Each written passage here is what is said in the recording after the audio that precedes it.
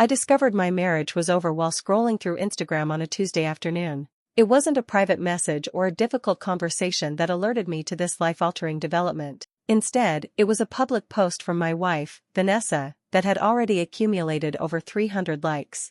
The photo showed her laughing with two friends I didn't recognize at some upscale rooftop bar downtown, cocktail in hand, captioned, "Embracing my new single life. Sometimes you have to choose your own happiness. Hashtag moving on, hashtag new chapter, hashtag single and thriving." I stared at my phone, thumb frozen mid-scroll, trying to process what I was seeing. We'd had an argument the previous weekend, a significant one, certainly, but nothing that had suggested the end of our 7-year marriage. At least not to me. Vanessa had been staying at her sister's place for 3 days, but she described it as taking some space to think, not a permanent separation. Yet here she was, announcing to her 8,000 followers that our marriage was over before she'd even told me.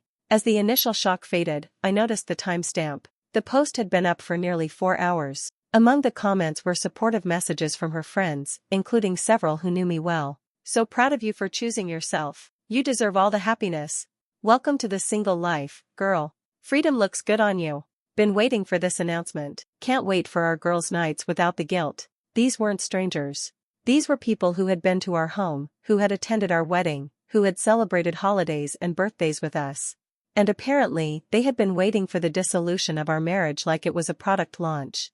I set my phone down on my desk, suddenly aware of how quiet our apartment felt. I worked from home as a software developer, while Vanessa managed client relationships for a luxury real estate firm. The irony wasn't lost on me that I spent my days creating systems for clear communication while my wife had just announced the end of our marriage through social media. My phone buzzed with an incoming call. My brother, Mike. "Dude, did you see Vanessa's post?" he asked immediately, skipping any greeting. "Just now," I confirmed, my voice sounding strangely calm even to my own ears. "What the hell, Nathan? Are you guys really done? Why didn't you tell me?" "Because I didn't know until I saw the post, same as you." The silence on the other end spoke volumes. Jesus, Nate. That's cold. Are you okay?" "I honestly don't know yet," I admitted. "I think I'm still in shock. Want me to come over? Or you could come here. Kelly's at her mom's with the kids tonight." I appreciated the offer but knew I needed time to process this alone. "Thanks, but I need to figure out what I'm doing next. I'll call you tomorrow." After hanging up, I opened Instagram again. The post now had over 500 likes and dozens more comments, all celebrating Vanessa's newfound freedom. Not one person had asked about me or how this decision had been reached. Not one person had questioned the appropriateness of announcing a divorce via social media before informing your spouse.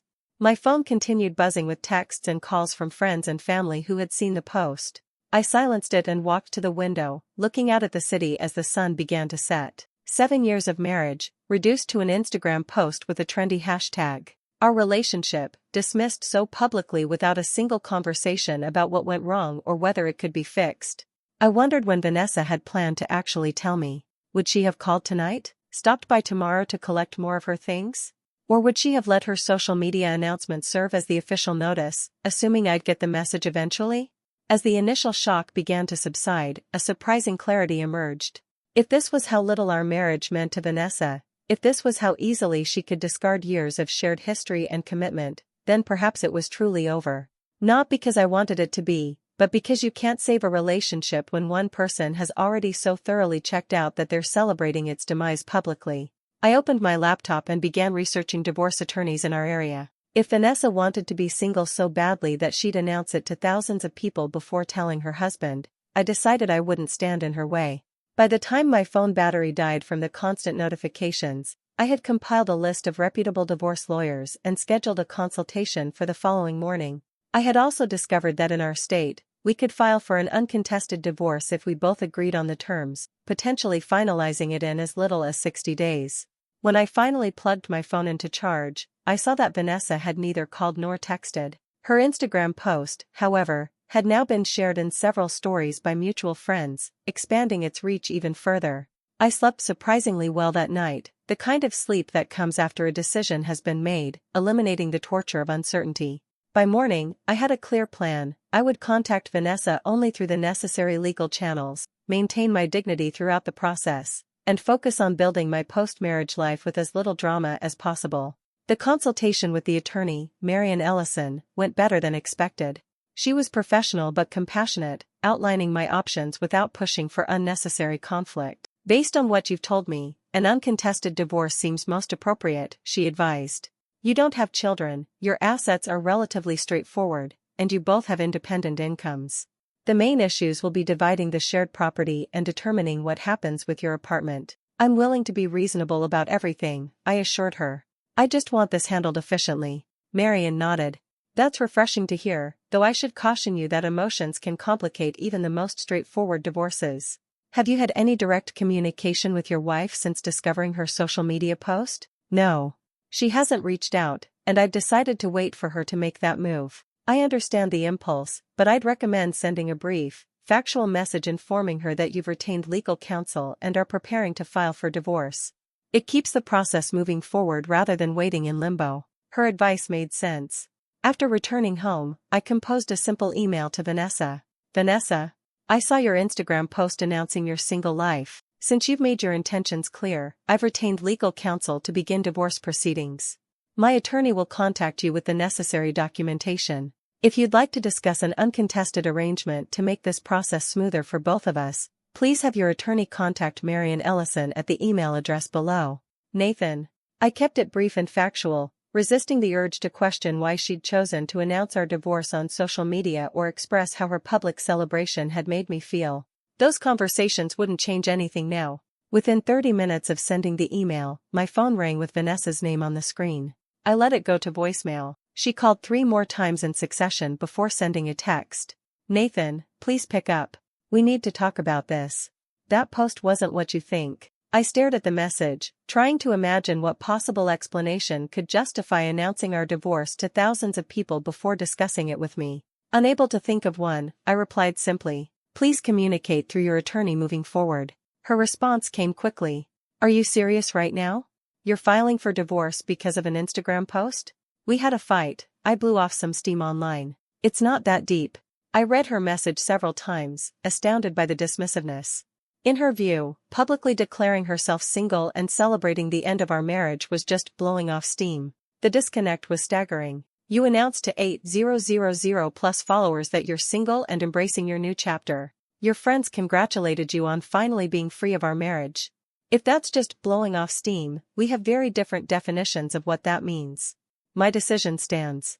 I turned off notifications for her messages after that, focusing instead on the practical steps Marian had outlined. I began documenting our assets, gathering financial records, and preparing for the process ahead. The next morning, I received an email notification that Vanessa had added to her Instagram story. Against my better judgment, I checked it. The story showed her with red-rimmed eyes, looking distressed but still carefully made up. The caption read, "Reminder that social media isn't real life. Having a hard conversation today about how online venting can have real consequences. #lessons learned." I closed the app immediately. This new post was clearly damage control, an attempt to reframe her announcement as innocent venting rather than the public relationship termination it had clearly been. More concerning was the subtle implication that I was overreacting, that filing for divorce over a social media post was somehow an extreme response. She was missing, or deliberately ignoring, the larger issue, not that she had posted about being single, but that she had chosen to announce a major life decision affecting both of us to thousands of strangers before having the respect to discuss it with me directly. Marian called later that day to inform me that Vanessa had contacted her office. She seems eager to slow this down, Mr. Reynolds. She's requesting a meeting with you before any paperwork is filed. Did she retain an attorney? Not yet. She indicated she doesn't believe legal representation is necessary at this point. I considered this information carefully. I'm not interested in a private meeting. If she wants to discuss settlement terms, I'm open to that with attorneys present. Otherwise, please proceed with the filing as we discussed. Understood. I'll communicate that to her. Over the next 2 days, Vanessa escalated her attempts to contact me. She showed up at the apartment while I was out, leaving a handwritten letter taped to the door. She enlisted mutual friends to reach out on her behalf, explaining that her post had been a stupid mistake made during a girls' night after too many cocktails. She even called my parents, who thankfully respected my request not to get involved. Her Instagram, meanwhile, had gone conspicuously quiet after the teary story about social media not being real life. I imagined she was calculating her next public move, perhaps waiting to see if her private efforts to reconnect would succeed first. I maintained my position, responding only through Marion. The divorce paperwork was prepared and ready for filing by the end of the week. All that remained was my final review and signature. On Friday evening, exactly 10 days after Vanessa's original post, I received a notification that she had tagged me in a new Instagram post, something she hadn't done in over a year. Bracing myself, I opened the app. The post showed a framed photo from our wedding day, Vanessa and me laughing together during our first dance, looking undeniably happy. The caption was lengthy. 7 years ago, I married my best friend at Nathan Reynolds. Marriage isn't always easy, and sometimes we all need space to process our feelings. Last week, during a difficult moment, I made an immature and hurtful post that gave the wrong impression about our relationship. The truth is, every marriage has rough patches, but that doesn't mean you throw away years of love and commitment over one bad week. Nathan, if you're seeing this, I'm so sorry for the pain I've caused. What we have is worth fighting for, and I'm ready to do the work if you are. Sometimes the grass isn't greener on the other side, it's greener where you water it. #marriage journey #fighting for us #love wins. The post already had hundreds of likes and dozens of supportive comments praising her vulnerability and courage, encouraging me to forgive her mistake, and celebrating her commitment to saving our marriage. I set my phone down and walked to the window, looking out at the same view I had contemplated when I'd first seen her single life post. The calculated nature of this public apology struck me immediately. Rather than respecting my request for privacy and legal process, she had once again taken our marriage to social media, this time casting herself as the remorseful spouse fighting for our relationship while implicitly portraying me as unforgiving for proceeding with the divorce. It was manipulation disguised as vulnerability, a public performance designed to control the narrative and pressure me into reconciliation through social approval. The fact that she had tagged me, ensuring I would see it and that all our mutual connections would know I had been notified, only confirmed the performative nature of the gesture. After careful consideration, I made a decision that would alter both the course of our divorce and Vanessa's carefully curated public image. I called Marion. "I'd like to file the divorce papers first thing Monday morning," I told her. "Are you sure? Your wife seems to be making public overtures toward reconciliation." "I'm certain. And I'd like to request copies of the filed documents once they're processed. I'll need them for my records." When Monday came, I signed the papers in Marion's office, officially initiating the divorce process. Marion explained that Vanessa would be served within days, after which the legal timeline would begin in earnest. "She may still contest this," Marion cautioned. "Her social media activity suggests she's not ready to accept the divorce." "I understand," I replied, "but her public announcements don't change my decision." 3 days later, Marion confirmed that Vanessa had been served with the divorce papers. Within hours, another Instagram story appeared, Vanessa looking tearful, with the caption, "Sometimes trying your best isn't enough. Heartbroken but trying to stay strong. Please respect my privacy during this difficult time." The request for privacy after weeks of publicizing our marital issues would have been laughable if it weren't so infuriating. Nevertheless, I maintained my silence, focusing on the legal process rather than social media theatrics. A week passed, then two. Vanessa eventually retained an attorney, though she continued making public statements that contradicted her legal position, claiming she wanted to reconcile while simultaneously negotiating for a larger share of our assets. Throughout this period, her social media presence carefully crafted the narrative of a woman blindsided by divorce despite her efforts to save her marriage. Her followers sent messages of support and encouragement, many containing thinly veiled criticism of my apparent callousness in proceeding with the divorce despite her heartfelt apology. After 30 days of this public/private contradiction, sweet reconciliation posts online while her attorney made increasingly aggressive demands, Marion called with unexpected news. Vanessa's attorney reached out this morning. "They're prepared to accept the original settlement terms we proposed. They've signed the agreement and are requesting that you do the same." The sudden capitulation was surprising after weeks of contentious negotiations. "What changed?"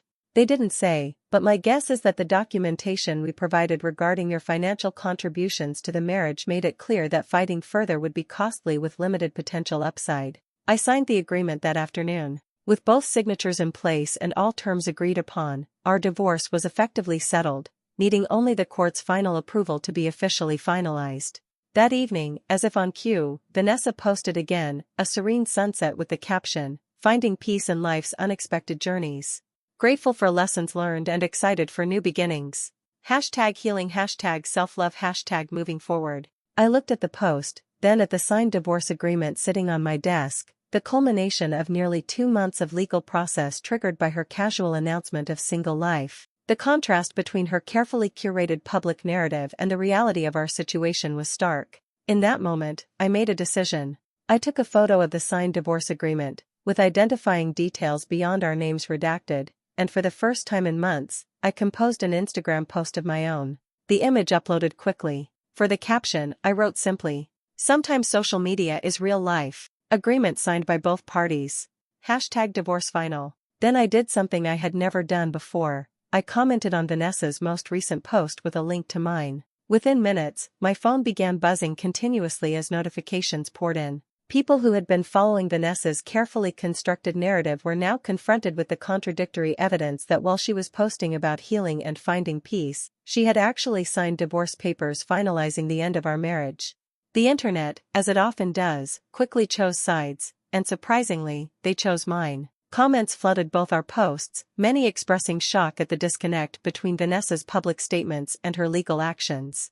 Friends who had supported her fight for our marriage now questioned the authenticity of her entire narrative. By morning, the story had spread beyond our immediate circle. Screenshots of her original single life post alongside my divorce agreement photo were being shared in relationship forums and social media groups discussing authenticity and performative behavior online. Vanessa called repeatedly, then texted, "How could you humiliate me like this? I thought we agreed to handle this privately." I responded only once. "I never agreed to privacy. You decided our marriage ended on Instagram. It seemed fitting that it should officially end there too." The fallout from my divorce papers post was both immediate and extensive. By the following morning, Vanessa had made her Instagram account private, a dramatic shift for someone who had built her personal brand and real estate business on public visibility. Too late, of course. Screenshots of our contrasting posts had already spread widely, creating a narrative arc that was irresistible to internet observers. Wife announces single life without telling husband, stages public reconciliation attempt, secretly signs divorce papers, then gets exposed. "You've gone viral," Mike informed me unnecessarily during our call that afternoon. "People I don't even know are sharing those screenshots." "Have you seen the comments on Reddit?" "I'm avoiding most of it," I admitted. While I had checked the initial reactions to my post, I'd quickly realized that watching thousands of strangers dissect my failed marriage wasn't particularly healthy, regardless of whose side they were on. Smart. It's brutal out there. But look, are you okay? This is a lot of attention during what's already a difficult time. I considered the question seriously. The public validation was admittedly satisfying on some level, having others recognize Vanessa's manipulation after weeks of feeling gaslit by her social media narrative. But beneath that temporary satisfaction lay the unchanged reality: my marriage was over, conducted and concluded in the most public way possible. "I'm processing," I told Mike. The post wasn't about going viral. It was about reclaiming some agency in a story Vanessa had been controlling from the beginning.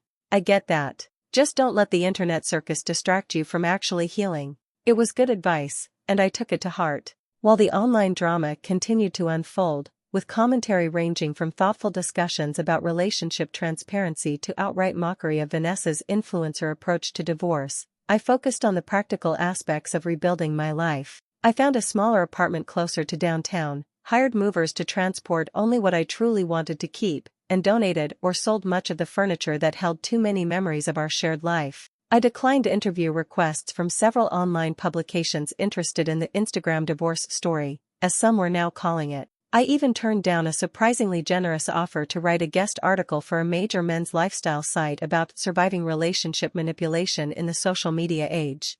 3 days after my post, when the online attention was at its peak, I received a text from a number I didn't recognize. "This is Jennifer, Vanessa's sister.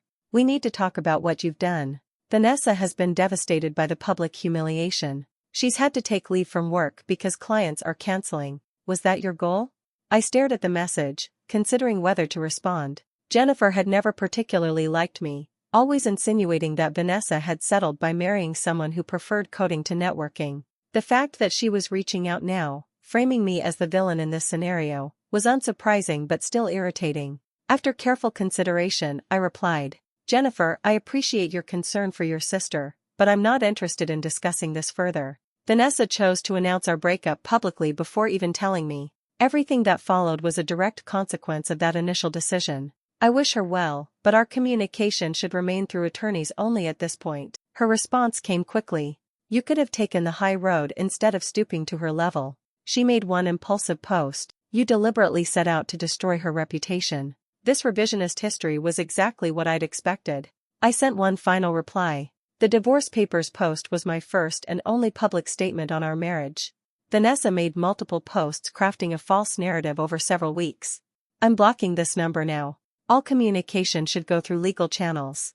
I followed through on the block and returned to packing boxes for my upcoming move. The exchange with Jennifer reinforced my decision to maintain strict boundaries as I moved forward.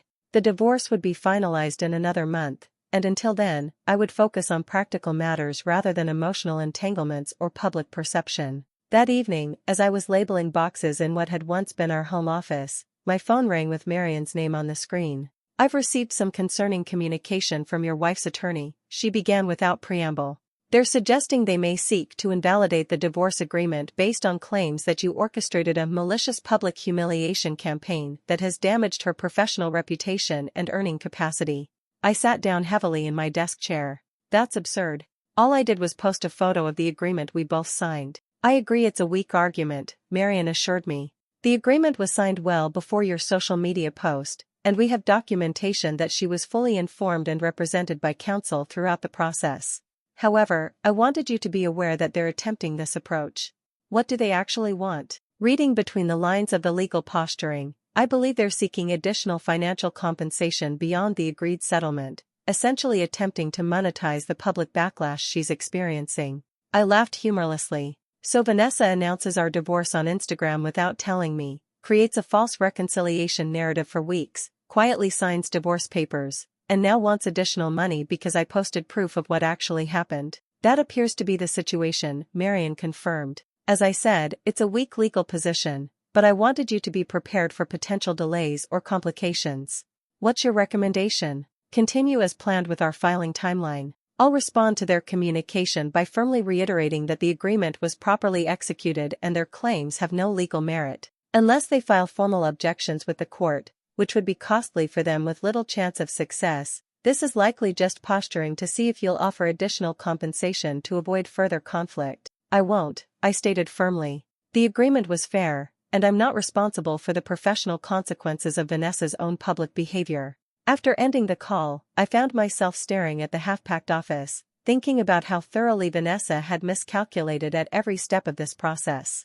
From her initial public announcement of single life to her manipulative reconciliation attempts to this latest legal maneuver, she had consistently underestimated my resolve while overestimating her ability to control the narrative. The next morning, I met with my building's management company to discuss the upcoming end of my lease. As I was leaving the office, my phone buzzed with a text from Mike. Heads up, Vanessa just went public again with a lengthy post about her side of the story. It's making the rounds. With a sense of resigned curiosity, I checked Instagram when I returned to the apartment. Vanessa had indeed posted a carefully composed image of herself looking contemplative in what appeared to be a park, alongside a caption that could only be described as an essay. I've remained silent these past weeks out of respect for the privacy of all involved. But the public narrative that has emerged is so far from the truth that I feel compelled to share my perspective. Relationships are complex, and no one but those involved can truly understand their dynamics. What many don't know is that before my admittedly impulsive single life post, Nathan and I had been struggling for months. Communication had broken down, with Nathan increasingly distant and uninterested in working on our issues. That night at the bar with friends, after feeling ignored and unvalued for so long, I made the regrettable decision to post something I shouldn't have. Was it immature? Yes. Was it grounds for immediately filing for divorce without a single conversation? I don't believe so. When I realized my mistake, I tried desperately to reach out, to explain, to suggest counseling. Nathan refused all contact except through attorneys. The post many saw as a fake reconciliation attempt was genuinely me trying to fight for our marriage in the only way I could reach him, publicly, since he'd blocked me everywhere else.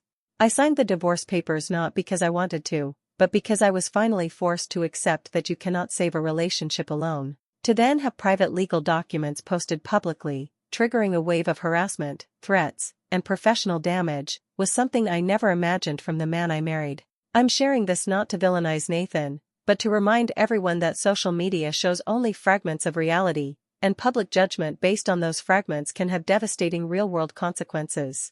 I'm focusing now on healing and rebuilding. For those who have sent supportive messages during this difficult time, thank you. For those who joined in the public shaming without knowing the full story, I hope you never experience such treatment yourselves. #MyTruth #HealingJourney. I read the post twice, noting the careful blend of admission, admittedly impulsive, and deflection, blaming me for being distant, the strategic victim positioning, and the absence of any mention that she had announced our divorce without telling me. The narrative she presented, of a struggling wife trying everything to save her marriage while her cold husband refused contact, was crafted to reclaim sympathy from an audience that had largely turned against her. Most notably, she had disabled comments on the post, preventing any direct challenges to her version of events. I closed the app and set my phone aside, determined not to engage. Responding would only extend the public spectacle and delay my own healing process. If Vanessa needed to rewrite history to salvage her self-image and social standing, that was her business. I knew the truth, as did everyone who had been close to our situation. My phone buzzed again with a text from Mike. "You seeing this? Need me to come over?" "I've seen it," I replied, not engaging. "Thanks, but I'm good, focusing on the move this weekend." Smart choice. "Let me know if you need help with anything." I returned to packing, but my concentration was broken by a call from Marian. "I assume you've seen your wife's latest social media post," she began. "Just read it." Quite creative with the facts. Indeed. While it has no direct legal implications for our process, I wanted to touch base about the claims she's making regarding attempts at reconciliation and counseling. To be clear for my records, did she in fact suggest counseling at any point? No, I confirmed. After her initial post, she made various appeals to talk things through privately, but never specifically suggested counseling. And those appeals came alongside her public posts crafting the narrative of a remorseful wife fighting for her marriage. "That aligns with the documentation we have," Marian said. "Her attorney has withdrawn the suggestion about invalidating the agreement, by the way. I suspect they realized it wouldn't stand up to scrutiny. That's something, at least." The court date for finalizing the divorce remains scheduled for 3 weeks from now. Barring any new developments, everything should proceed as planned. After ending the call, I found myself reflecting on Vanessa's persistent need to control the public narrative of our divorce. Even now, when the legal process was nearly complete, she couldn't accept the consequences of her actions without attempting to reframe them in a way that absolved her of responsibility. The moving company arrived that weekend as scheduled. As I supervised the loading of boxes and furniture into their truck, I realized that this physical transition, leaving the space Vanessa and I had shared, brought more relief than sadness. The apartment had felt hollow since her initial departure, haunted not just by her absence but by the knowledge that our life together had been less genuine than I'd believed. My new place was smaller but suited my needs perfectly, a one-bedroom with a dedicated office space in a modern building downtown. The floor-to-ceiling windows offered a view of the city skyline that felt symbolic of my fresh perspective. As I unpacked essential items that first night, arranging my desk and connecting my work equipment, I experienced a sense of possibility that had been absent in recent months. Mike and his wife Kelly helped with the remainder of the unpacking the following day, turning the task into a housewarming of sorts with takeout food and beer once the major work was done. "The place looks great," Kelly observed, surveying the living room where we'd arranged the furniture I'd kept from the previous apartment. "How does it feel?" "Like a fresh start," I admitted. "Which is exactly what I needed." "Have you heard anything more from Vanessa since that post?"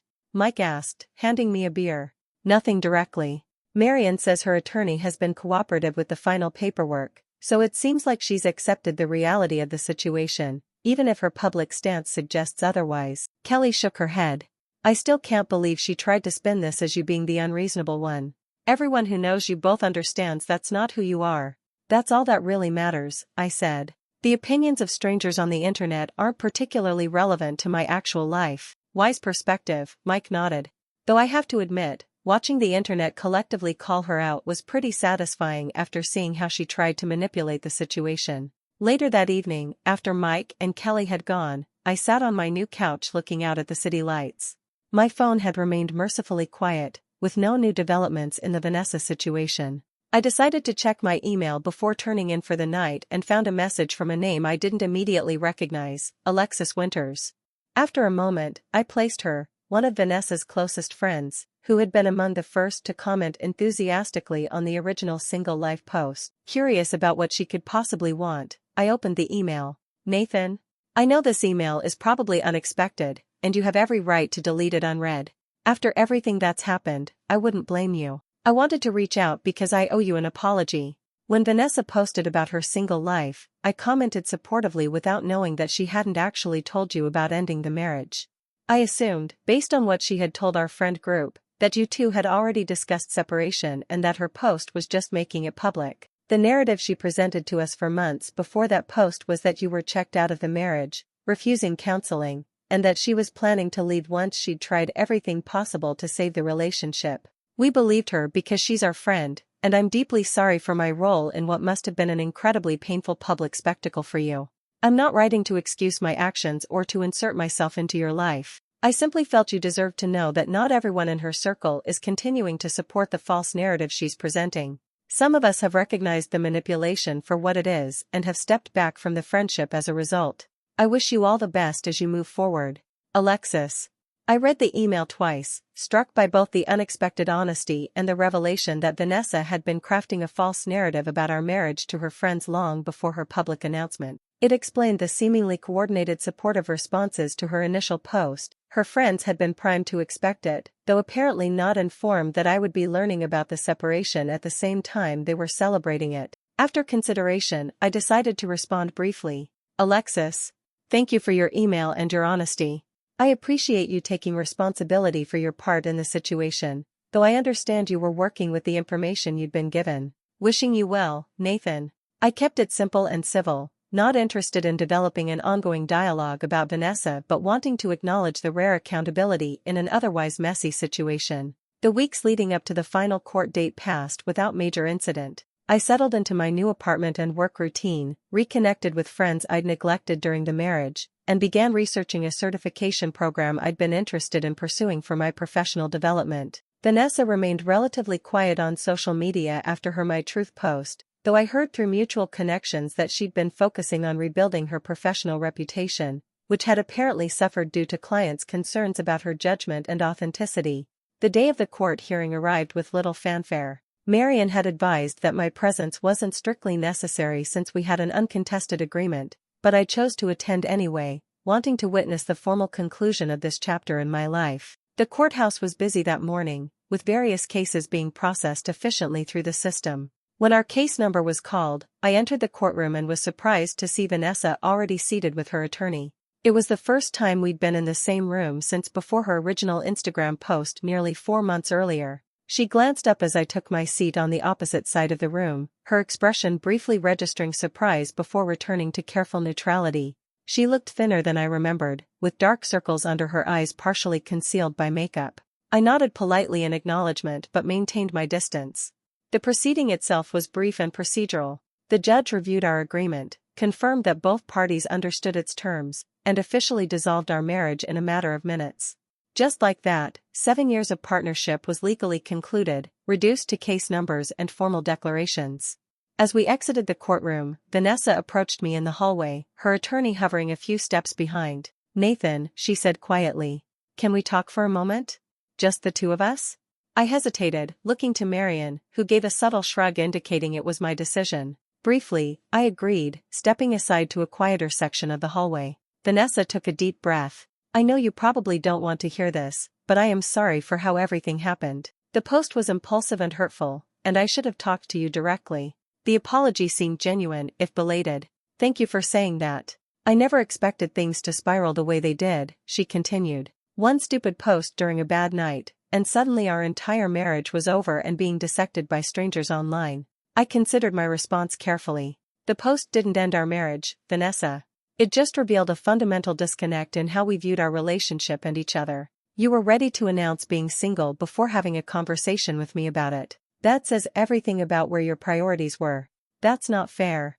It was one mistake. It wasn't just the post, I interrupted gently. It was everything that followed, the public manipulation, the manufactured reconciliation narrative, The attempts to make me look unreasonable for taking your stated desire to be single at face value. Even your final post framed you as the victim of my coldness rather than acknowledging that you announced our divorce to the world before telling me." She looked down, quiet for a moment. "I guess we see things very differently. That's probably why we're standing outside divorce court right now," I noted, without malice. Vanessa nodded, seeming to accept that further discussion wouldn't change anything. "Take care of yourself, Nathan." "You too," I replied, meaning it despite everything. We parted without further conversation, each returning to our respective attorneys. Marian and I exited the courthouse together, stepping into the bright morning sunlight that felt symbolically appropriate for this new beginning. "Congratulations," Marian said as we reached the parking area. "I know that's an odd thing to say about a divorce being finalized, but in your case, I think it's warranted. You handled a difficult situation with remarkable composure." "Thank you," I replied, "for your guidance throughout the process. It helped having someone focusing on the practical path forward when the emotional aspects became complicated." On the drive back to my apartment, I reflected on the journey of the past 4 months, from the shock of discovering my marriage was over via Instagram to the final legal dissolution today. The experience had been painful but also clarifying, revealing both Vanessa's character and my own capacity for strategic calm under emotional pressure. When I arrived home, I sat at my desk and opened Instagram for the first time in weeks. My divorce papers post remained my most recent activity, having served its purpose of correcting the public narrative Vanessa had been crafting. After brief consideration, I archived it, not deleting it entirely, but removing it from my public profile. The post had been necessary at the time, but keeping it visible served no purpose in my life moving forward. I then composed a new, final post on the matter, a simple image of the sunrise view from my new apartment, captioned, "Closing one chapter, beginning another. Grateful for lessons learned and looking forward to new possibilities. #fresh start." I disabled comments before publishing it, not interested in further public discussion of my personal life. This post wasn't for Vanessa or for the strangers who had followed our divorce drama, it was for me, a symbolic marker of transition from the past to the future. As I set my phone aside and turned to my work for the day, I felt a sense of closure that had nothing to do with social media validation or public perception. Vanessa had tried to control our divorce narrative through carefully curated posts and strategic emotional appeals. I had reclaimed my agency with a single factual post that cut through the manipulation. She had posted her single life on Instagram without telling me. I had posted the divorce papers that made that status official. Now, finally, we were both truly single, not just in carefully staged social media announcements, but in legal reality and daily life. And for the first time in months, that reality felt not just acceptable, but promising. 6 months after the divorce was finalized, I found myself in an unexpected position, being interviewed for a technology podcast about the software platform my team had developed. The project, a communication system designed to streamline information sharing between remote teams, had gained significant attention in the industry, leading to this interview opportunity with Tech Forward, a respected podcast in the developer community. "So the platform essentially creates transparency without information overload," I explained to Diane, the host. "Team members can customize their notification parameters while still ensuring critical updates aren't missed." "What inspired this particular approach to communication management?" Diane asked. "It seems to address problems many companies don't even recognize they have until they're causing significant workflow issues." I considered the question carefully. The truth, that the idea had crystallized during my divorce when I'd experienced firsthand how destructive poor communication and one-sided information sharing could be, wasn't something I planned to discuss in a professional interview. Yet the experience had genuinely shaped my understanding of effective communication principles.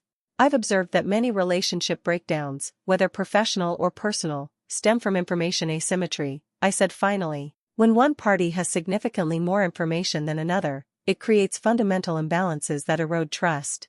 Our platform aims to democratize access to information while still respecting the need for appropriate boundaries. Diane nodded thoughtfully. That's an insightful connection between interpersonal dynamics and technological solutions. Speaking of which, and I want to be respectful here, many of our listeners may know you from a different context than your software development work. Would you be comfortable addressing that briefly? I had expected this might come up. Despite my efforts to move forward professionally, the Instagram divorce continued to surface occasionally, particularly in contexts where my name would be publicized. You're referring to my divorce situation that briefly went viral, I acknowledged.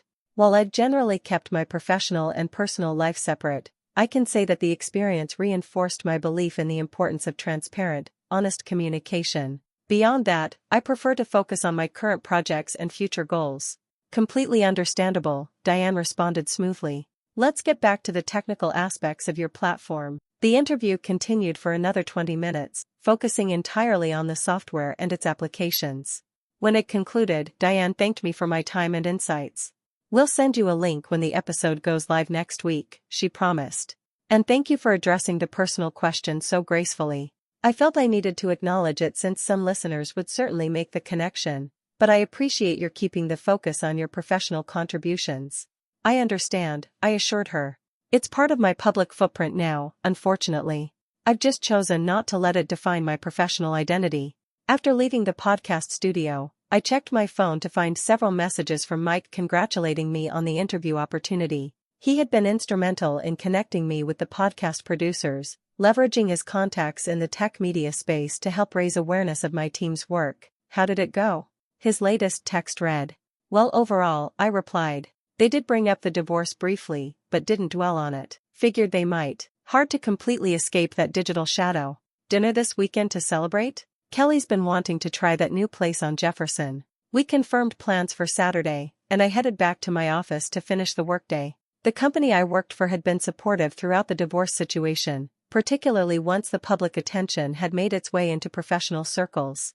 My manager had even accelerated approval for the communication platform project I'd proposed, perhaps recognizing that focusing on meaningful work was the best way for me to move forward. That evening, as I was preparing dinner in my apartment, I received a notification from a professional networking site. Someone had viewed my profile. Normally I wouldn't pay much attention to such alerts, but the name caught my eye. James Thorne, VP of Product Development at Meridian Technologies.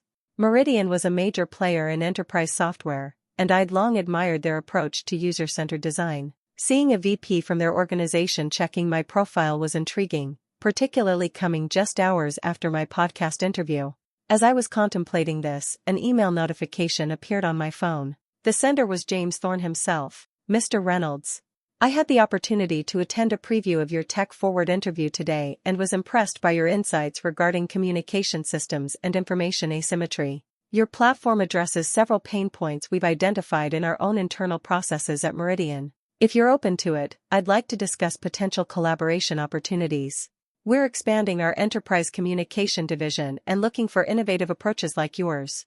Please let me know if you'd be interested in scheduling a conversation next week. Regards, James Thorne, VP of Product Development, Meridian Technologies. I read the email twice, processing the potential significance of this contact. Meridian wasn't just any company, they were industry leaders with resources and reach far beyond what my current employer could provide. A collaboration could dramatically accelerate the development and implementation of my platform. After careful consideration, I replied expressing interest and suggesting several times for a video call. Within minutes, James responded confirming a meeting for Tuesday morning. The unexpected professional opportunity provided a welcome focus, distracting me from the minor irritation of having my divorce mentioned in what should have been a purely technical interview. The podcast appearance had been intended to highlight my professional accomplishments, not my personal history, but perhaps some good would come of it if it had brought my work to Meridian's attention. When Saturday evening arrived, I met Mike and Kelly at the new restaurant as planned. The upscale farm-to-table establishment had a warm, contemporary atmosphere that managed to be trendy without feeling pretentious. To the future tech mogul, Mike toasted once we'd received our drinks. Podcast interviews and Meridian Technologies in the same week. You're moving up in the world, brother. Nothing's happening with Meridian yet, I cautioned. It's just a preliminary conversation, which they initiated immediately after hearing your interview, Kelly pointed out. That's significant, Nathan. They don't reach out to just anyone. We'll see, I said, not wanting to get ahead of myself. How are things with you two? How's Emma doing with the soccer team? We spent the next hour catching up on family news. Their daughter Emma had recently made the regional soccer team, their son Josh was struggling with middle school math, and discussing the restaurant's excellent food. It was comfortable and normal in a way that had once seemed impossible during the chaos of my divorce. So, Kelly said as we were considering dessert, I've been meaning to ask, have you thought about dating again? It's been what, 7 months since everything was finalized? Mike gave his wife a look that suggested they'd discussed this topic before bringing it up. No pressure, he added quickly. Just wondering if you're open to the idea yet. The question wasn't entirely unexpected, though I'd managed to avoid it until now. Friends and family had carefully steered clear of my romantic future during the divorce and immediate aftermath, but enough time had passed that the subject was bound to arise eventually. I've thought about it, I admitted. But I'm not in any rush. Between work, the platform development, and just rebuilding my life, dating hasn't been a priority. That makes sense, Kelly nodded. Though I should mention that my friend Layla from work has been asking about you since she saw you at our barbecue last month. I remembered Layla vaguely, a graphic designer at Kelly's marketing firm, with a quick laugh and interesting perspectives on digital media ethics. We'd had a brief but engaging conversation about privacy concerns in social media algorithms. She's smart, independent, and most importantly, doesn't have an Instagram account, Kelly added with a meaningful look. I couldn't help but laugh at the last part. Subtle, Kelly.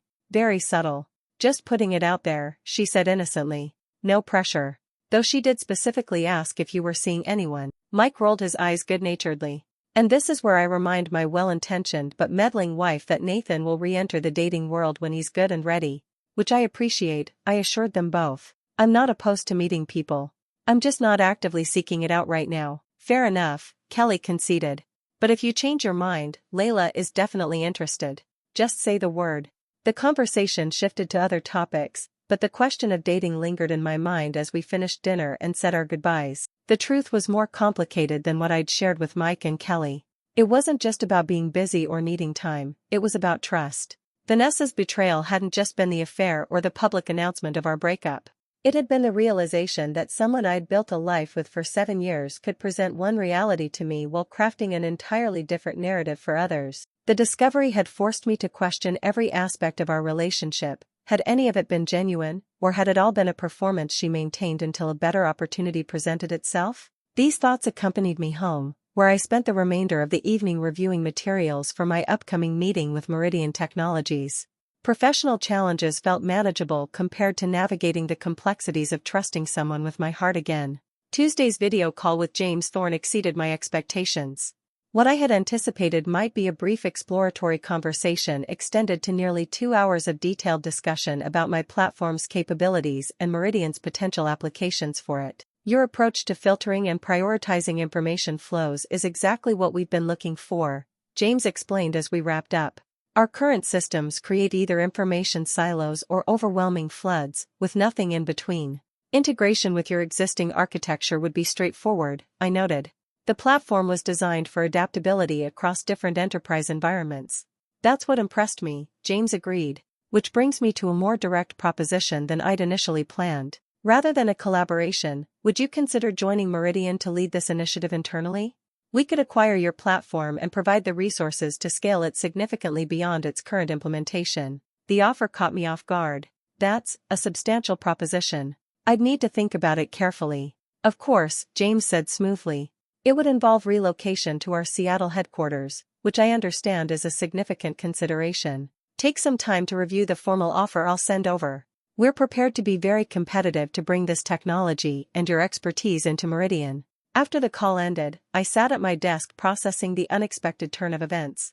A position at Meridian would be a major career advancement, offering resources and reach far beyond my current situation. But it would also mean leaving behind the life I'd been carefully rebuilding, my apartment, my local professional network, proximity to friends like Mike and Kelly who had been crucial support systems during the divorce. The formal offer arrived via email an hour later, and the compensation package was indeed substantial, nearly double my current salary, plus equity options and relocation assistance.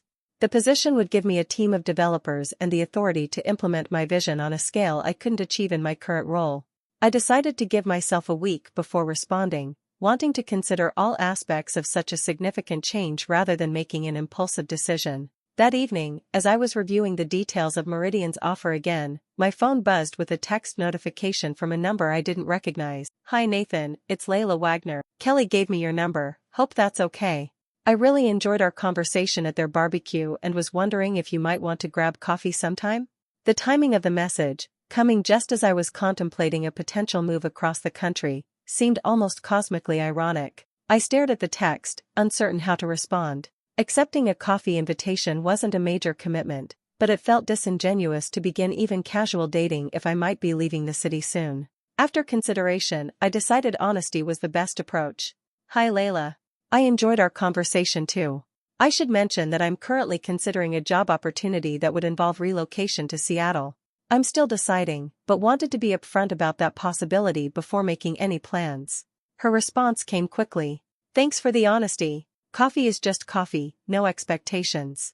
But I understand if you'd prefer to hold off until you've made your decision. Either way, good luck with the opportunity. Sounds exciting.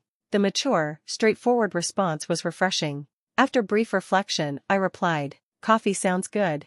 Are you free this Thursday evening? We arranged to meet at a cafe near her office after work on Thursday. The exchange left me with mixed emotions. Interest in meeting someone new balanced against the uncertainty of my potential career change. Over the next few days, I consulted with trusted colleagues about the Meridian opportunity, researched Seattle's tech industry and living conditions, and created detailed pro/con lists for accepting the position versus staying in my current role. By Wednesday evening, I was leaning strongly toward accepting the offer, though I planned to negotiate for a delayed start date to properly transition my current projects. Thursday's coffee with Layla proved more enjoyable than expected. In person, away from the social setting of Mike and Kelly's barbecue, her intelligence and subtle humor were even more apparent. Our conversation flowed easily from professional topics to films, books, and eventually, inevitably, to our respective relationship histories. Kelly mentioned you went through a difficult divorce recently, Layla said carefully. I hope you don't mind her sharing that context. It's fine, I assured her. It's not exactly private information at this point. Layla nodded thoughtfully. Social media can turn personal situations into public spectacles so quickly. I've become increasingly cautious about what I share online because of that. That's wise, I agreed. The line between private and public has become dangerously blurred. Is that why you've maintained such a minimal online presence? She asked. I'll admit I looked you up after we met at the barbecue, professional curiosity as much as personal. You're practically a digital ghost outside of your professional profiles. I smiled at the description. That's somewhat intentional. I've learned the value of privacy the hard way. Yet your work is about improving communication and information sharing, she observed. That's an interesting contrast. I don't see it as a contradiction, I explained. Effective communication requires appropriate boundaries and mutual consent about what's shared and how. That's true in technology and in relationships. Layla nodded. That makes sense. Boundaries aren't walls, they're agreements about how we interact. The insight impressed me, suggesting a nuanced understanding of the very issues that had been central to my divorce experience. We continued talking until the cafe was preparing to close, far longer than the quick coffee we'd initially planned. This was really nice, Layla said as we walked to the parking area. Would you be interested in dinner next week? Assuming you haven't made a definitive decision about Seattle yet. I'd like that, I replied honestly. And no, I haven't given Meridian my final answer, though I'm leaning toward accepting. Well, even if you do, Seattle is just a flight away, she pointed out pragmatically. But either way, I'd enjoy having dinner before any potential relocation. We confirmed plans for the following Wednesday before saying goodbye. As I drove home, I found myself in the unexpected position of weighing a promising career opportunity against the possibility of a new relationship, a complexity I hadn't anticipated when I'd agreed to the podcast interview that had triggered this chain of events. The following morning, I had just settled at my desk to begin work when my phone buzzed with a news alert. Meridian Technologies CEO steps down amid allegations of financial impropriety. Surprised, I quickly searched for more detailed information and found several business publications reporting that James Thorne, along with the CEO, was implicated in questionable financial reporting practices that had overstated company performance for several quarters. By mid-morning, I received a brief email from Meridian's HR department. Dear Mr. Reynolds, in light of recent organizational changes at Meridian Technologies, we are temporarily suspending all new hiring initiatives while internal reviews are conducted. We apologize for any inconvenience and will be in touch regarding your application once our review process is complete. Sincerely, Meridian HR Team. The carefully worded corporate communication couldn't disguise the reality. The job offer was effectively dead, at least for the foreseeable future. The company would be focused on damage control and internal investigation rather than expansion and innovation. While the timing was unfortunate professionally, I found myself experiencing unexpected relief on a personal level. The decision about relocation had been taken out of my hands, removing the immediate conflict between career advancement and remaining in the city where I'd established my post-divorce life. I called Mike during my lunch break to update him on the situation. "I saw the news about Meridian," he said when he answered. "Brutal timing for you." "Actually, I'm not as disappointed as I expected to be," I admitted. The opportunity was exciting, but I was conflicted about leaving everything I'd built here over the past year. "Including potential coffee dates with graphic designers?" Mike asked, and I could hear the smile in his voice. "We've upgraded to dinner next week, but yes, that's part of the equation," I acknowledged. "Speaking of which, you can tell Kelly her matchmaking efforts weren't entirely unwelcome. She'll be insufferable with self-satisfaction, but I'll pass that along," Mike laughed. "So what's next professionally, if Meridian's off the table?" "I'm going to propose expanding our platform development at my current company. We've had strong initial results, and there's potential to grow it into a standalone product division if we invest properly." "Sounds like a solid plan B," Mike observed. "Everything happens for a reason, right?" I wasn't generally one for such philosophical platitudes, but in this case, the timing did seem surprisingly fortuitous. "Maybe so," I conceded.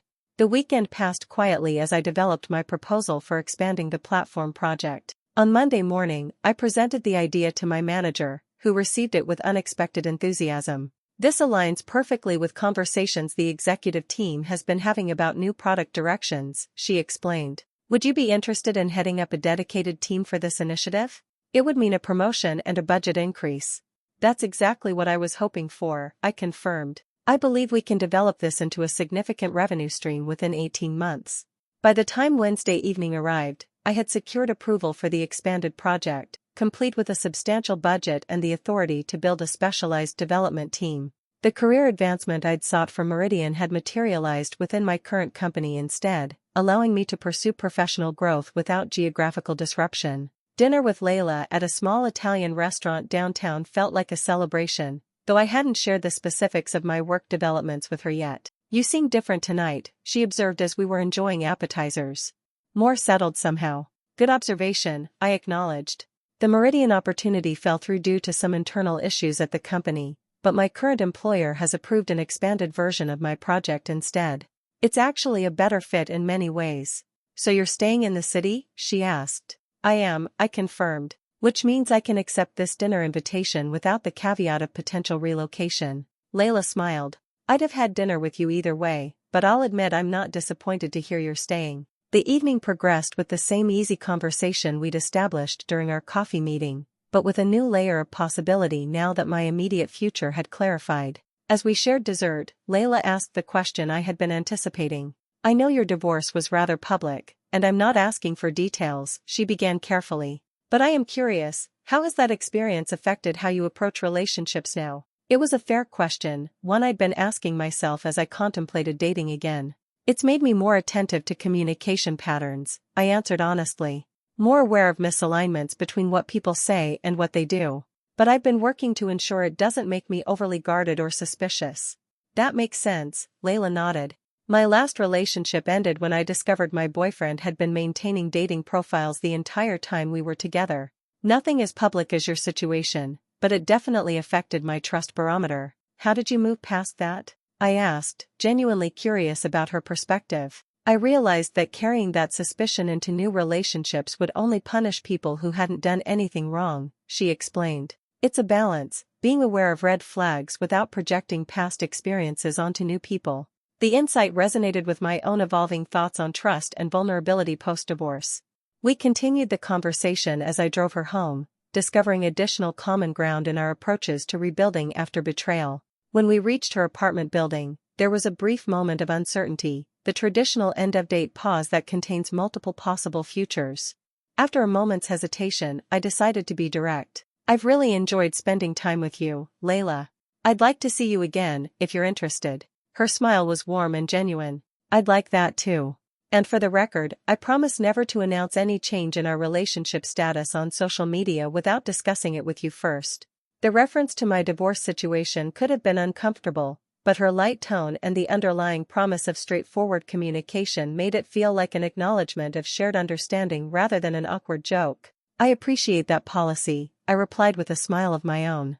After confirming plans to meet again that weekend, I drove home feeling more optimistic about my personal future than I had in over a year.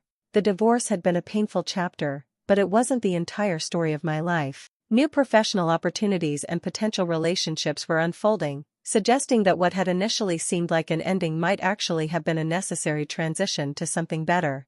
The following week brought an unexpected postscript to the divorce saga. While reviewing industry news during my morning coffee, I came across an article about innovations in luxury real estate marketing. The piece highlighted several realtors who were effectively leveraging digital platforms to reach high-end clients. Among them was Vanessa, quoted as an expert on authentic client relationships. In today's digital landscape, authenticity is essential, she was quoted saying. Clients can immediately sense when you're presenting a carefully curated image rather than genuine expertise and connection. I learned this lesson in my personal life and have applied it to building more transparent professional relationships. The irony of Vanessa positioning herself as an advocate for authenticity after her carefully manufactured social media narratives during our divorce was so stark it was almost amusing. Yet there was something fitting about her finding a way to reframe even that experience as a professional growth opportunity. I closed the article without finishing it, recognizing that Vanessa's current career positioning and self-presentation were no longer relevant to my life. We had both moved forward, albeit in very different ways. While she appeared to be continuing her pattern of careful image management, I had chosen a path of greater authenticity and straightforward communication. That evening, as I was preparing for a video call with my newly formed development team, I received a text from Layla, just confirming our plans for Saturday. Also, I came across an interesting article today that mentioned your ex-wife. Wasn't going to bring it up, but wanted to acknowledge seeing it in case it came up. No need to discuss unless you want to. The direct, respectful approach to a potentially sensitive topic reinforced my growing appreciation for her communication style. I replied, Saturday plans confirmed. And thanks for the mention, I saw the article too. No discussion needed, but I appreciate the straightforward acknowledgement rather than pretending not to have seen it. Her response came quickly. Straightforward communication, awkward avoidance every time. Looking forward to Saturday. I smiled at the message, struck by how refreshingly different this interaction was from the careful image management and strategic communication that had characterized the latter years of my marriage to Vanessa. Where she had cultivated a public persona that often diverged from private reality, Layla seemed committed to consistency between her words and actions. As I prepared for my team call, I reflected on how the painful experience of discovering my divorce via Instagram had ultimately led to valuable clarity about what I needed in both professional and personal relationships. The public humiliation had been difficult, but it had forced me to recognize patterns I might otherwise have continued to accommodate. Vanessa had posted her single life on Instagram without telling me. I had posted the divorce papers that made that status official. And now, a year later, we had both constructed new narratives, hers carefully crafted for public consumption, mine built on a foundation of authentic communication and clear boundaries. In the end, the most significant outcome of the entire experience wasn't the viral moment or the public judgment or even the legal conclusion of our marriage. It was the recognition that how we communicate our truths, publicly and privately, reveals more about our character than the content of those truths ever could. I had learned that lesson the hard way. But as I looked toward a future of expanding professional opportunities and promising new personal connections, I couldn't help but feel that the painful education had been worth it. 1 year after Vanessa's infamous single life Instagram post, I found myself in a situation that would have been unimaginable during the chaotic aftermath of our divorce. I was happy. Not the carefully curated happiness that populates social media feeds, but genuine contentment built on a foundation of meaningful work, authentic relationships, and hard-won personal growth. The communication platform I had developed had expanded into its own division within the company, with a dedicated team of 12 developers and growing market adoption. My relationship with Layla had progressed naturally and without pressure, evolving from cautious coffee dates to a comfortable partnership that balanced independence with genuine connection. You know what tomorrow is, right?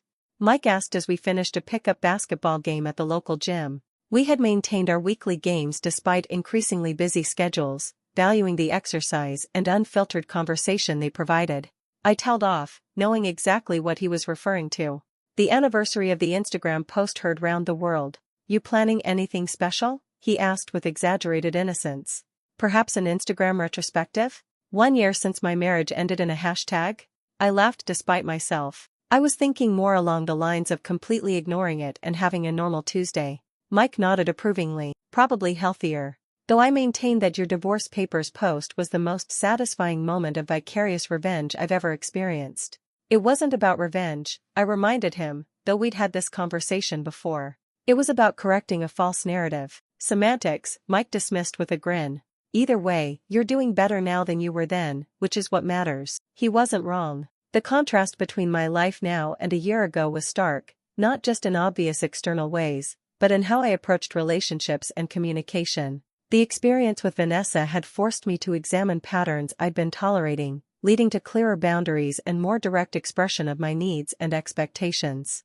Later that evening, as Layla and I were preparing dinner at my apartment, a routine we'd established for weeknights, alternating between our places, my phone buzzed with a notification. I ignored it initially, focused on the recipe we were following, but when it buzzed 3 more times in quick succession, I wiped my hands and checked the screen. "Everything okay?" Layla asked, noticing my sudden stillness as I looked at my phone. "It's strange," I said, showing her the screen. "I'm getting tagged in a lot of social media posts suddenly." The notifications showed that several mutual acquaintances from my marriage with Vanessa had tagged me in comments on a recent post. Curious and slightly concerned, I opened the app to investigate. The post in question was from Vanessa, the first time she had referenced me directly on social media since our divorce was finalized. It showed a professional portrait of her in business attire, looking confidently at the camera, with a lengthy caption. "1 year ago today, I made a serious mistake that changed the course of my life. In a moment of impulsive emotion, I posted something that hurt someone I had shared years with and triggered a cascade of consequences I never anticipated.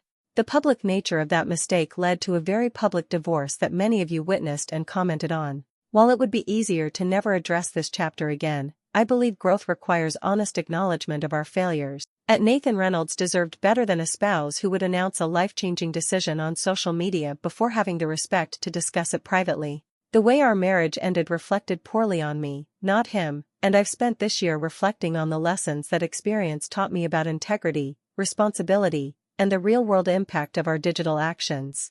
To those who followed and commented on that difficult chapter, the reality was that Nathan responded with more dignity and restraint than most would have shown in that situation. The mature divorce wasn't so mature on my part. I share this not to reopen closed wounds, but because public mistakes sometimes warrant public accountability.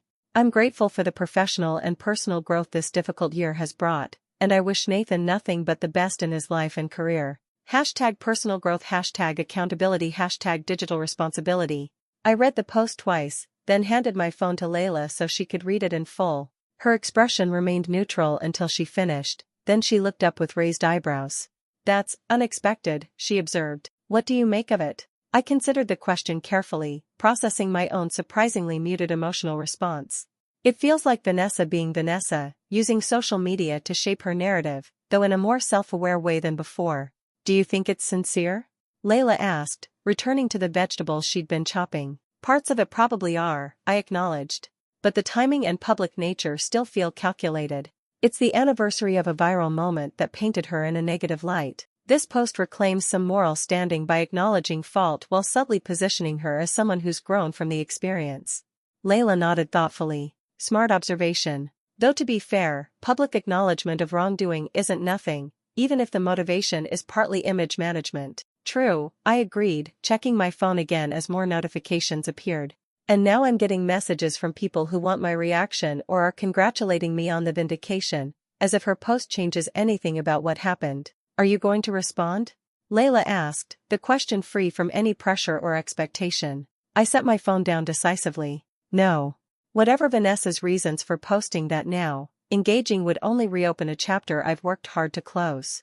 I've moved on with my life. I don't need public validation of my experience.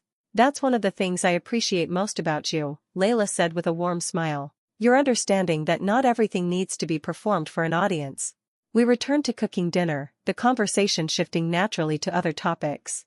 Later that evening, after Layla had gone home, we maintained separate residences despite spending most evenings together, a boundary we both valued. I found myself thinking about Vanessa's post again. There was something fitting about her choosing a public social media statement for what appeared to be an apology. It reflected a consistency in how she navigated life, through carefully managed public presentations designed to shape perception. The acknowledgement of wrongdoing seemed genuine, but the medium and timing revealed that she was still the same person who understood life as a narrative to be curated. I decided to send one brief message to acknowledge that I'd seen the post. "I saw your post. I appreciate the acknowledgement, and I truly hope you're doing well, Nathan." Her response came quickly. "Thank you for responding." I debated whether to post anything, but it felt important to publicly correct the narrative I created. "I am doing well professionally and personally. I hope the same is true for you."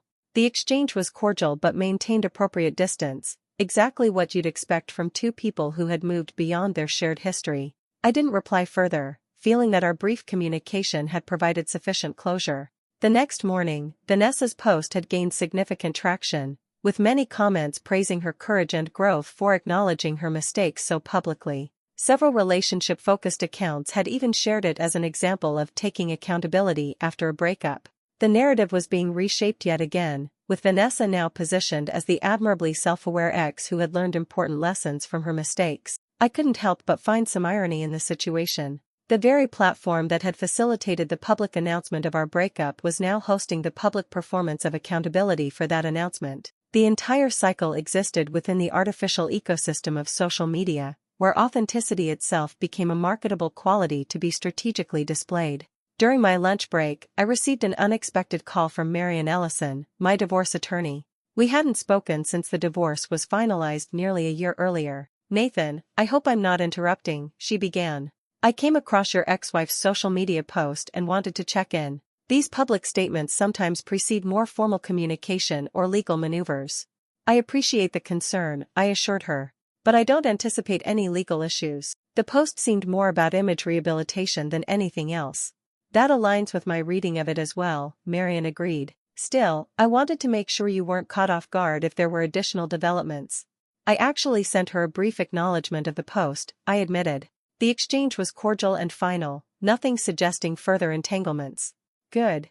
That's what I would have recommended," Marian said approvingly. "A minimal, civil response that closes rather than extends the conversation." After ending the call, I returned to work, focusing on a development challenge my team had been struggling with rather than the momentary resurgence of public interest in my personal history. By late afternoon, I had helped identify a solution to the coding issue and had almost forgotten about Vanessa's post entirely. When I checked my phone after the workday ended, I found a text from Layla. "Your ex's post has really taken off. Just a heads up that it's being discussed in several industry circles now, including some that overlap with your professional network. Let me know if you want to talk about it tonight." I appreciated the straightforward update without unnecessary drama or speculation about my feelings. This was Layla's approach to potential conflict, direct communication paired with respect for my agency in deciding how to respond. I replied, "Thanks for the heads up. Not surprised but not concerned either. Still on for dinner at your place?" "Absolutely. Making that pasta you liked last time. See you at 7. When I arrived at Layla's apartment that evening, she greeted me with her usual warmth but also a touch of amused exasperation. "You're trending," she announced as I stepped inside. Or more accurately, the phrase "Instagram divorce guy" is trending, and people are sharing your divorce papers post from last year alongside Vanessa's new post. I groaned. "Please tell me you're joking." "I wish I were," she said, leading me to her living room where her laptop was open to a social media tracking platform she used for work. It's become one of those relationship accountability discussions. People are debating whether her public apology is genuine growth or strategic image management. "What's the verdict?" I asked, curious despite myself. "Mixed," Layla reported, scrolling through various posts. "Some see it as admirable accountability, others as calculated reputation repair. A surprising number are revisiting your divorce papers post and calling it a masterclass in dignified boundaries. There's even a relationship coach using both posts as a case study in a workshop on digital age breakups." I sat down on her couch, absorbing this bizarre turn of events. So our divorce has become educational content. That's not what I expected when I posted those papers. Layla closed her laptop and joined me on the couch. The internet finds ways to commodify everything, even personal pain. But remember that none of those people discussing this actually know you or what the experience was really like. They're responding to a story, not your reality. "You're right," I acknowledged. And honestly, if Vanessa's post helps her process what happened and move forward, that's not a bad thing. I just don't need to be part of that process anymore. Exactly, Layla agreed. Now, more importantly, I've been experimenting with a new sauce recipe that I think you're going to love. We transitioned to dinner preparation and conversation about our respective workdays, leaving the social media situation firmly in the background where it belonged. This was the reality of my life now: meaningful work, genuine connection, and priorities that existed entirely offline. The next morning, I received an email from an address I didn't immediately recognize. The subject line read, "Request for comment, Digital Relationship Ethics article." The message was from a journalist writing for a major technology publication.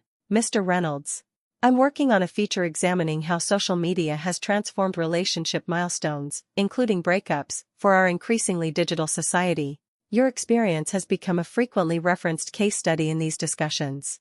Vanessa Reynolds, now returning to her maiden name, Williams, has provided comments for the piece regarding her recent accountability post and the lessons she's learned about digital ethics. "We would value your perspective as well, particularly regarding boundaries and privacy in the social media age. If you're willing to contribute, we can conduct the interview via email or phone at your convenience. We understand if you prefer not to comment, but wanted to extend the opportunity for your voice to be included.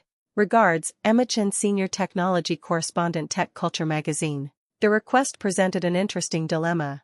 On one hand, participating would mean voluntarily re-engaging with a chapter one considered closed.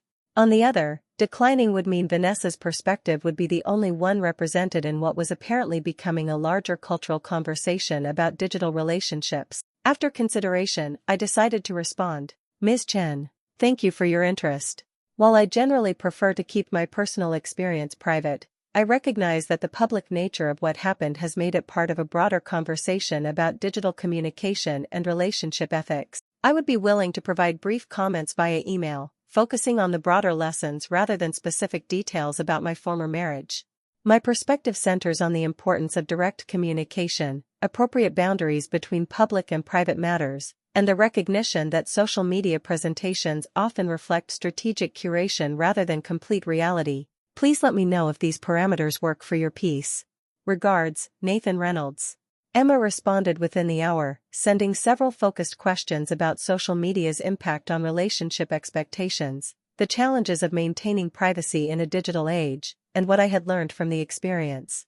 I crafted careful responses that avoided dwelling on personal details while offering insights into the broader implications of conducting relationship milestones online. My final comment addressed the recent resurgence of interest following Vanessa's post. While I appreciate the public acknowledgement my former spouse has offered regarding how our marriage ended, I believe the most valuable lessons from our experience aren't about assigning blame but recognizing how digital platforms can distort communication. Real accountability happens in how we change our behaviors moving forward, not just in public statements about past mistakes. The Divorce Papers post was never about revenge or public shaming. It was about correcting a manipulated narrative with simple factual evidence. That principle, prioritizing truth over performance, has guided my approach to both professional and personal communication since then. After sending my responses, I informed Layla about the interview request and my decision to participate in a limited way. She supported the approach, noting that providing a thoughtful perspective might help others navigating similar situations, even if it meant briefly revisiting my own experience. The article was published the following week under the headline, "When Private Relationships Meet Public Platforms, Digital Ethics in the Age of Social Media." It presented a balanced examination of how online platforms had transformed relationship milestones, using several examples including, but not limited to, what had happened between Vanessa and me. My comments were presented alongside Vanessa's, creating an interesting contrast in perspectives. Where her quotes focused on personal growth and the importance of thinking before posting, mine emphasized structural considerations about how digital platforms incentivize performance over authentic communication. The publication sparked another brief surge of interest in our story, but the framing had shifted from dramatic personal conflict to a more nuanced discussion of digital ethics and communication patterns. Several professional contacts mentioned seeing the article, generally commenting on the thoughtfulness of my contribution rather than the personal details of the divorce. 2 days after the article was published, I received a final email from Vanessa. "Nathan, I read the tech culture piece and appreciated your comments. Your perspective about truth versus performance resonated with me, though I'm still working to fully integrate that understanding. I want to assure you that my post wasn't intended to reopen wounds or create further public spectacle around what happened between us. I genuinely felt that public accountability was appropriate given how public my mistake had been. That said, I recognize that continuing to reference our history publicly might not align with your preference for privacy, and I respect that. I won't be making any further public statements about our past relationship. I'm glad to hear through mutual connections that you're doing well professionally and personally. You deserve that happiness. Vanessa. The message seemed sincere, and I appreciated the commitment to respecting boundaries moving forward. I replied briefly, Vanessa. Thank you for the clarification and for your commitment to privacy going forward. I understood your post as an attempt at accountability, and I respect the intention behind it. I'm glad to hear you're doing well also and wish you continued success in your endeavors. Nathan. This exchange felt like a more genuine conclusion than the formal legal end of our marriage had been, an acknowledgement of lessons learned and growth experienced, followed by a mutual release from further entanglement. 6 months later, life had settled into new patterns that made the viral divorce drama feel like a distant memory rather than a defining experience. My communication platform had been acquired by a larger tech company, allowing me to lead its continued development with significantly expanded resources. Layla and I had decided to move in together, finding a new apartment that represented a fresh start rather than either of us moving into the other's established space. As we unpacked boxes in our shared home, Layla discovered an envelope containing printouts of the divorce papers I had posted on Instagram. I'm surprised you kept these, she observed, holding up the envelope. Want me to put them somewhere specific or should they go in the shredder? I considered the question, realizing I had packed them automatically during my move without conscious decision. The shredder, I think. They served their purpose, and I don't need physical reminders anymore. Closure complete, she asked with a gentle smile. Exactly, I confirmed. That chapter's fully archived now. Later that evening, as we celebrated our first night in the new apartment with takeout and wine, Layla raised her glass in a toast. To new beginnings built on clear communication, she said. And to learning the right lessons from difficult experiences. I clinked my glass against hers, appreciating the sentiment. And to understanding that the most important parts of life happen offline, unwitnessed by followers or algorithms. I'll drink to that, she agreed. As we settled into our new home, I reflected on the journey that had led to this point. Vanessa's impulsive Instagram post announcing her single life had catalyzed a painful but ultimately transformative process, forcing me to recognize patterns I had been accommodating and establish clearer boundaries about how I wanted to communicate in relationships. The divorce papers post had never been about revenge, despite how many internet strangers had framed it. It had been about reclaiming agency in a narrative that was being manipulated, using simple factual evidence to correct a carefully curated fiction. That principle had guided my approach to both professional and personal relationships since then, leading to more authentic connections and clearer communication patterns.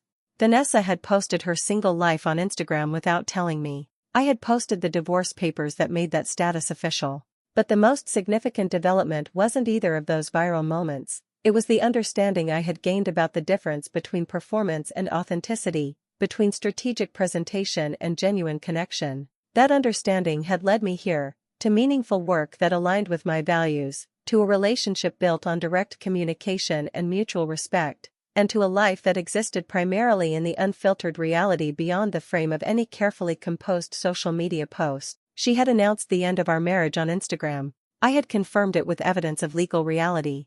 But the true conclusion of that chapter wasn't found in either post, it was in the lived experience of moving forward with greater wisdom about what constituted authentic connection in a world increasingly defined by digital performance. That wasn't something that could be captured in a post or measured in likes and comments. It was simply the quiet truth of a life reclaimed and rebuilt on a stronger foundation, the most satisfying outcome possible from what had initially seemed like a public humiliation, transformed through thoughtful response into an opportunity for genuine growth.